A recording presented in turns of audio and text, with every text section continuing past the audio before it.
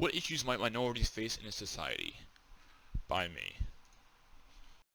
As you can see right now, I plan to talk about and address some of the aspects of my inquiry in this video. The primary problem that my inquiry exposes is the underlying racism all over the world. More specifically, how someone in power, namely the police, abuse their power to oppose their own racist agenda.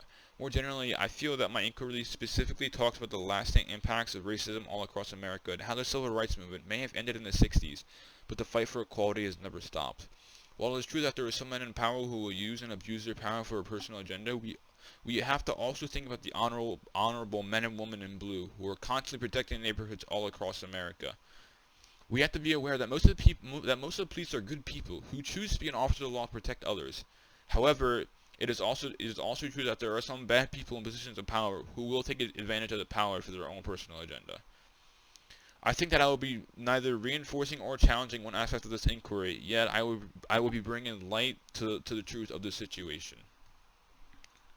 From the text this year, I feel that my inquiry heavily connects to the first text we read at the beginning of the year, Everything I Never Told You by Celeste Ng. My inquiry and the book are both about the struggles of a minority people, what they face because of their race, and how they adapt and react to the issues at hand. While I understand this is not an exact answer to the question, but I do not plan to address the problem because there's nothing I can do to dig out the ingrained roots of racism in the American population.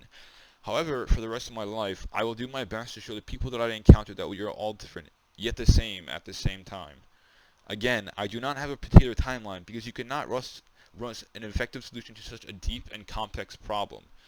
In the end, I hope that my solution will be to change the hearts and minds of people that I encounter for the rest of my life. Hopefully these people can change the minds of some other people that they meet in their life, and on and on and on until everyone is no longer has negative mindsets about another race. My audience will be the portion of the American public that I encounter in my life that I can spread my ideas out to. I believe that the people whose minds are changed forever will benefit by the clarity and the new outlook they have on life. As many people are distraught over the death of George Floyd, I feel that the issue is still existent. Also, as my father and all my uncles are either retired from the NYPD or are still working to protect the American people, I feel that this problem is pretty important to me. From my research, one of the best sources that help expand my perspective on my inquiry are The Etiquette of Police Brutality by Rion Amakar Scott. Specifically, it discusses the long line of police brutality, or how a long line of police brutality may result in distrust and disdain for the police in poor neighborhoods because of the negative connotation associated with quote-unquote snitching or ratting one out to police. Additionally, the trauma lens of police violence against racial and ethnic minorities by Thema Brian Davis discusses the psychological effect of police brutality on racial minorities.